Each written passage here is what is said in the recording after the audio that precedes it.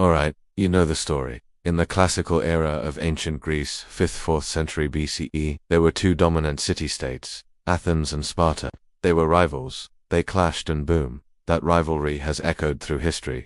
But we tend to remember Sparta as just this military powerhouse that emphasized strength and obedience. And sure, that's part of it. But if we compare Athens and Sparta more closely, they are like night and day, two extremes that really help us understand ancient Greek culture. So let's go ahead and dive into how these two were both similar and totally different. Alright, let's get started with their identity.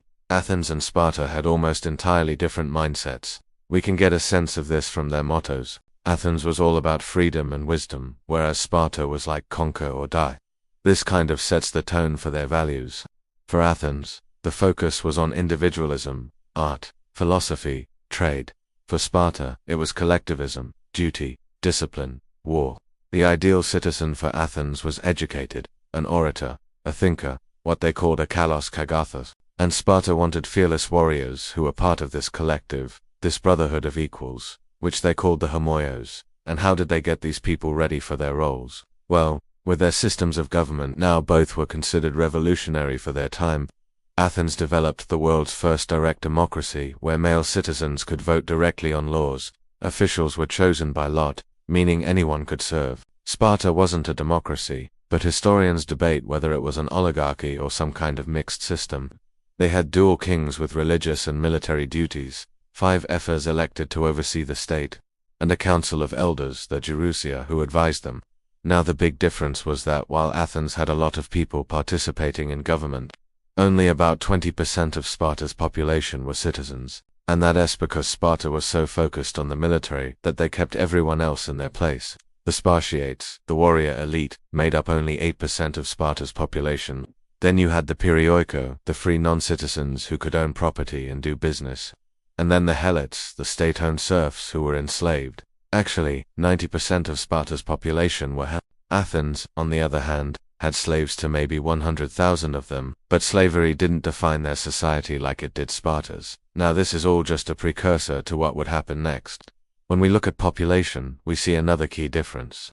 Athens was massive, especially during its golden age, where it's estimated that around 250,000 to 300,000 people lived within its empire, including medics, the foreign residents, and slaves. Sparta, however, was much smaller.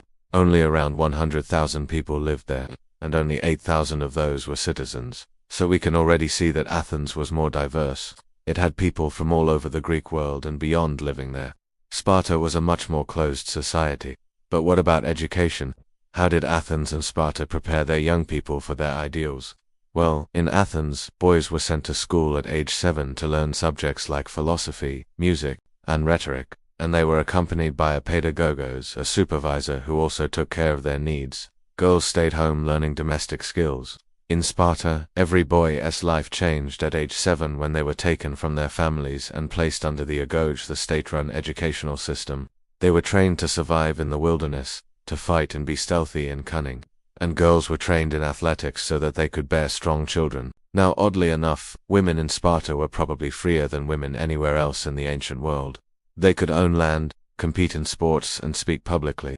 But this was all in service to the goal of producing strong babies. Marriage for Athenian girls meant leaving home around age 15, usually to marry someone their parents chose.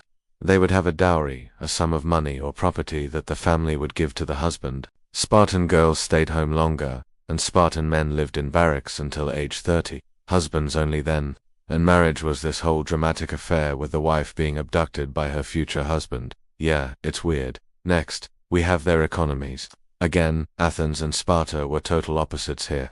Athens used its naval dominance to establish trade routes all over the Mediterranean. They had skilled craftspeople and a mining industry that brought in tons of silver from their mines in Laurion. That silver funded their navy. They even dominated shipping and built this whole navy tribute system, where weaker states paid Athens for protection. Sparta, on the other hand, discouraged trade and even banned coinage. They relied on helot labor and had very little use for money. Finally, when it came to the military, Athens had the bigger navy. They built fast triremes, 3-banked warships, and with their empire, they fielded a sizable navy. Sparta had the land army there, and their hoplites, their heavily armed infantrymen, were the most feared soldiers around. The Spartans' valor at the Battle of Thermopylae in 480 BCE, where 300 Spartans held off a massive Persian army for days, is legendary. And while Athens eventually won the Persian wars that Sparta kicked off, Sparta's military dominance remained a fixture of Greek politics throughout the archaic and classical periods. So now we can see how Athens and Sparta went head-to-head. The rivalry between them culminated in the Peloponnesian War, which ended with Sparta victorious, but it was a Pyrrhic victory.